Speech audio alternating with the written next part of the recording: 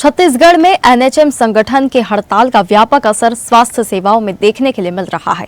जहां कर्मचारियों के 10 सूत्रीय मांगों को लेकर शुरू हुआ यह आंदोलन अब भी रुकने का नाम नहीं ले रहा। एनएचएम कर्मी अलग अलग तरीकों से सरकार का ध्यान अपनी समस्याओं की ओर खींचने का प्रयास कर रहे हैं। राज्य के अलग अलग जिलों में एनएचएम संगठन के बैनर तले कर्मचारी सड़क पर आ चुके हैं। उनका कहना है कि सरकार ने बार बार आश्वासन देने के बावजूद उनकी प्रमुख मांगों पर कोई ठोस कदम नहीं उठाया। इसी के विरोध में यह हड़ताल की गई है। एनएचएम, जो कि स्वास्थ्य सेवा से जुड़ा संगठन है, उसका साफ कहना है कि सरकार ने चुनाव के पहले हमारी मांगों को पूरी करने की बात कही थी, लेकिन उनकी मांगों पर आज तक ध्यान नहीं दिया गया। एनएचएम कर्मियों के हड़ताल के जाने के बाद स्वास्थ्य सेवा पर जितना असर पड़ा है वो यहाँ पे देखा जा सकता है। जितने भी स्टाफ होते हैं जो गांव में सेवाएं देते हैं वो सभी हड़ताल में हैं। फिलहाल हम हैं अंतागढ़ के सामुदायिक स्वास्थ्य केंद्र में। हमारे साथ हैं डॉक्टर भेषज राम टेके, जो कि यहाँ के बीएमओ हैं। उनसे बात करते हैं। सर, ये बताइए कि जो एनएचएम है उनके कर्मी सभी हड़ताल में हैं, वो काम पे कहीं नहीं जा रहे हैं, तो गाँव में और अंतागढ़ क्षेत्र की अगर बात करें तो स्वास्थ्य सेवाओं पर कितना असर पड़ रहा है? जी, एनएचएम के अंतर्गत स्टाफ नर्स हैं और एएनएम होते हैं जो अंदर के क्षेत्रों में हैं।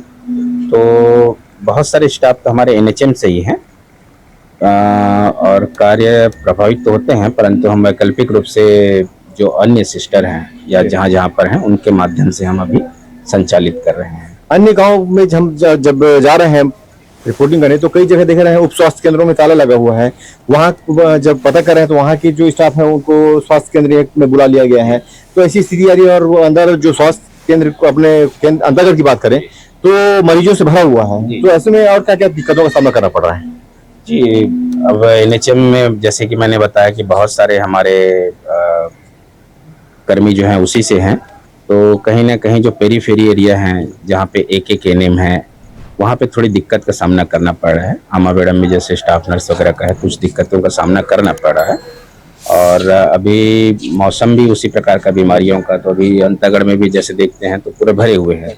अच्छा, जो अन्य योजनाएं चलती है जैसे पोषण पुनर्आहार हो गया बच्चों के लिए, या और जो भी टीकाकरण के संबंध में हम बात करें या डाटा रिपोर्टिंग की बात करें जो सेंट्रल और स्टेट में भेजे जाते हैं, तो उन पे क्या क्या असर पड़ रहा है? सर जी, हमारा जो मैनेजमेंट सिस्टम है, मतलब जो ऑनलाइन रिपोर्टिंग का है, जैसे बीडीएम है, बीपीएम है, पाडा लोग हैं जो प्रोग्राम का वो करते हैं, तो ये सब अभी उनके स्ट्राइक में जाने के कारण थोड़ा सा वो तो प्रभावित हो रहे हैं।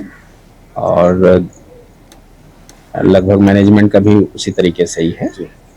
जिस तरीके से डॉक्टर भेषज राम टेके बता रहे हैं कि कमियां हैं, परेशानी है, किंतु वो मैनेजमेंट कर रहे हैं, किंतु अगर अंदर गांव की बात करें तो वहाँ पे हाल बेहाल है। क्योंकि वहाँ के जितने स्टाफ हैं, जैसे कि हम यहाँ पे अभी कुछ देर पहले देखे कि टेम्पो में एक मरीज को लेके आए, 108 में फोन कर रहे हैं, 108 के कर्मी फोन नहीं उठा रहे हैं। तो ऐसे कई मामले हैं जिसकी वजह से स्वास्थ्य सेवाओं पर असर पड़ रहा है।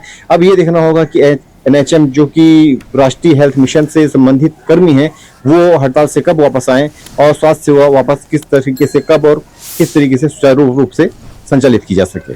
मैं कैमरा पर्सन जफर सुल्तान के साथ जावेद खान, स्वदेश न्यूज। ताज़ा खबरों के लिए लाइक, फॉलो और यूट्यूब पर सब्सक्राइब कर बेल आइकन दबाएं। साथ ही हर अपडेट के लिए विजिट करें swedeshlive.com।